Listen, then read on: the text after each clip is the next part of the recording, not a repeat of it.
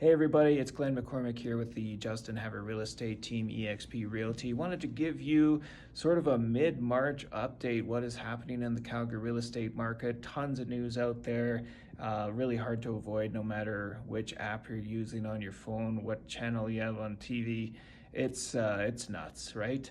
So how is it affecting Calgary real estate?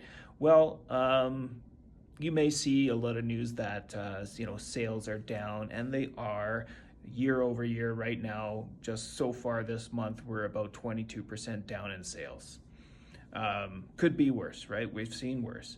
The active listings, however, that's a bigger difference. We see that there is about 88% more homes on the market versus a year ago, so that's pretty drastic change.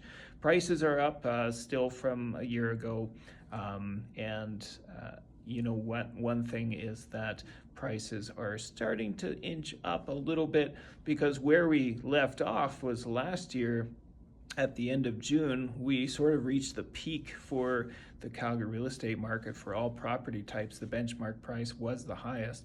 And then since then, it was just this gradual decline until we saw the stats for the end of February, just this past month, where for the first time since that end of June, rather than another month-to-month decline, we actually saw the prices pick up a little bit. I feel like that's indicative of the usual spring market push, and I think this will continue a little bit. I still think that sales are going to be down, and sellers got to be a little bit more competitive and realistic with their prices. But otherwise, we're entering a spring market. It may not be a crazy spring market, but it's going to be a spring market nevertheless.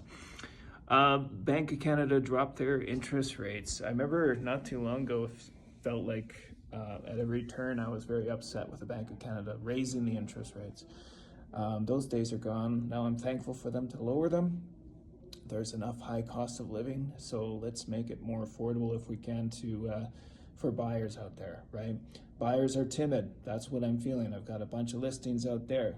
They're getting showings, but what's going on with buyers not willing to pull the trigger, send an offer? Is it because of the tariffs looming? Is it because of the uncertainty? I would say probably, but these are the good times to buy, right? If we keep looking at history, a lot of people are talking about this reminds them of when COVID first hit, that kind of uncertainty. Well, guess what? When we look at the history, that was the best time to buy a house, right?